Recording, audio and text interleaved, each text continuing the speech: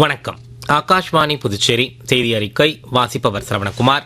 தேசத்தின் வலிமை மக்களின் அறிவுசார் திறனில் உள்ளதாக குடியரசு துணைத் தலைவர் திரு சி.பி. ராதாகிருஷ்ணன் கூறியுள்ளார். இன்று புதுடெல்லி இந்திரா காந்தி தேசிய திறந்தநிலை பல்கலைக்கழகத்தின் 39வது பட்டமளிப்பு விழாவில் அவர் கலந்து கொண்டார். நிகழ்ச்சியில் பேசிய அவர், தேசத்தின் திறன்சார் சுற்றுச்சூழலை வலுப்படுத்துவதில் இந்த பல்கலைக்கழகம் முக்கிய பங்கு வகிப்பதாக கூறினார். தொழில் கல்வி, சான்றிதழ் படிப்பு, திறன் பயிற்சிகளை பிராந்திய மையங்கள் மூலம் இந்த பல்கலைக்கழகம் வழங்கி வருவதாக கூறிய அவர், இத்தகைய முயற்சிகள் வளர்ச்சியடைந்த இந்தியாவிற்கான முயற்சிகளை எடுத்து செல்ல வழிகோலும் என்றும் கூறினார். இந்த பல்கலைக்கழகத்தில் 3,24,000க்கும் மேற்பட்ட மாணவர்களுக்கு பட்டங்கள் வழங்கப்பட்டுள்ளதாக கூறிய அவர், இதில் 58% பேர் மகளிர் என்றும், குறிப்பாக இவர்கள் ஊரகம் மற்றும் விளிம்பு நிலை பகுதிகளைச் சேர்ந்தவர்கள் என்றும் எடுத்துரைத்தார்.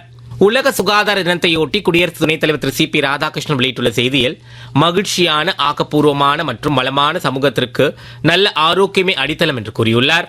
நோய் வருமுன் உரிய நடவடிக்கைகளை மேற்கொண்டு சீரான வாழ்க்கை முறையுடன் ஆரோக்கியமான சமூகத்தை கட்டமைக்க உறுதியேற்க அவர் நாட்டு மக்களுக்கு அழைப்பு விடுத்துள்ளார். பிரதமர் திரு நரேந்திர மோடி வெளியிட்டுள்ள செய்தியில், வளமான பூமியை உருவாக்கும் பணியில் அயராது சேவையாற்றி வரும் சுகாதார பணியில் ஈடுபட்டு வரும் அனைவருக்கும் நன்றி தெரிவித்துக் கொண்டார். ஆரோக்கியமான சமூகத்தை உருவாக்க அரசு உறுதி பூண்டுள்ளதாகவும் அவர் குறிப்பிட்டுள்ளார். உலக சுகாதார தினத்தை முன்னிட்டு அனைத்து மருத்துவர்கள், செவிலியர்கள் மற்றும் முன்கள பணியாளர்களுக்கு மத்திய சுகாதாரம் மற்றும் குடும்ப நலத்துறை அமைச்சர் திரு ஜே.பி. நட்டா நன்றி தெரிவித்துள்ளார். புதுச்சேரி சட்டமன்ற பொதுத் தேர்தல் நாளை மறுநாள் நடைபெற உள்ள நிலையில், காரைக்கால் தெற்கு மற்றும் வடக்கு ஆகிய தொகுதிகளுக்குட்பட்ட தேர்தல் பணிகளை மேற்கொண்டு வரும் செக்டர் அதிகாரிகள் மற்றும் இதர அலுவலர்களுடன் தேர்தல் நடத்தும் அதிகாரியும் சார்பு ஆட்சியருமான செல்வி பூஜா இன்று ஆய்வுக் கூட்டம் நடத்தினார். இக்கூட்டத்தில் இந்திய தேர்தல் ஆணையத்தின் விதிமுறைகள் மற்றும் தேர்தல் நடத்தை விதிகளை எவ்வித சமரசமும் இன்றி முழுமையாக பின்பற்ற வேண்டும் என அவர் அதிகாரிகள் உத்தரவிட்டார். இக்கூட்டத்தில் குறிப்பாக வாக்குப்பதிவு இயந்திரங்களின் துல்லியமான சரிபார்ப்பு, மாதிரி வாக்குப்பதிவு நடைமுறைகள், முதியோர் மற்றும் மாற்றுத்திறனாளிகளுக்கான சிறப்பு வசதிகள் மற்றும் வாக்குச்சாவடிகளில் செய்யப்பட்டுள்ள பாதுகாப்பு ஏற்பாடுகள் குறித்து விரிவாக ஆலோசிக்கப்பட்டது.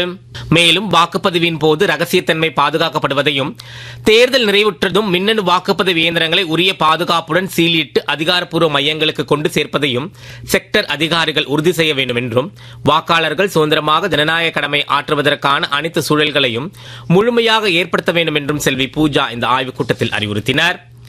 வந்தே மாதரம் ஃப்ரேம்ஸ் தேசிய திரைப்பட போட்டிக்காக நாடு முழுவதிலும் இருந்து திரைப்பட திரைப்பாளர்களும் படைப்பாற்றல் ஆர்வலர்களுக்கும் கலாச்சார அமைச்சகம் அழைப்பு விடுத்துள்ளது. தங்களின் தனித்துவமான கதைகள் மூலம் வந்தே மாதரத்தின் உணர்வை கொண்டாடும் வகையில் இப்போட்டியானது பங்கேற்பாளர்கள் தங்கள் படைப்பாற்றல், புதுமை மற்றும் திறன்களை வெளிப்படுத்தவும், தேசத்தின் மீதான பெருமிதத்தை வெளிப்படுத்தவும் இது ஒரு சிறந்த தளமாக விளங்கும் என்று அமைச்சகம் தெரிவித்துள்ளது.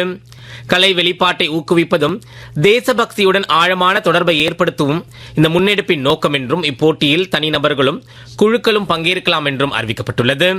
பங்கேற்பாளர்கள் தங்களின் திரைப்பட பதிவுகளை வந்தே மாதரம் .150.in என்ற பிரத்யேக தளம் மூலம் சமர்ப்பிக்கலாம் என்றும் அமைச்சகம் தெரிவித்துள்ளது. தேர்ந்தெடுக்கப்பட்ட பதிவுகள் தேசிய அளவில் அங்கீகரிக்கப்படும் என்றும் தெரிவிக்கப்பட்டுள்ளது. புதுச்சேரி சட்டப்பேரவை தேர்தல் 2026 வாக்குப்பதிவு நாளை முன்னிட்டு 9ஆம் தேதி அரசு விடுமுறை தினமாக அறிவிக்கப்பட்டுள்ளது.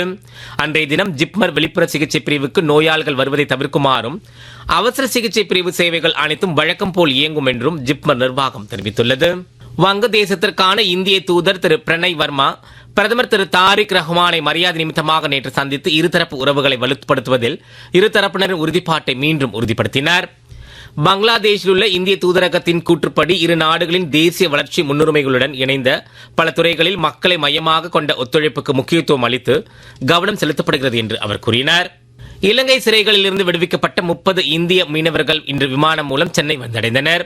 ராமேஸ்வரம் மற்றும் காரைக்காலை சேர்ந்த மீனவர்கள் பாம்பன் அருகே மீன்பிடித்துக் கொண்டிருந்த போது சர்வதேச கடல் எல்லைக்குள் அத்துமீறி நுழைந்ததாக இலங்கை கடற்படையினர் அவர்களை கைது செய்தனர். பின்னர் தூதரக வழிமுறைகளின்படி அவர்கள் இந்திய அதிகாரிகளிடம் ஒப்படைக்கப்பட்டனர்.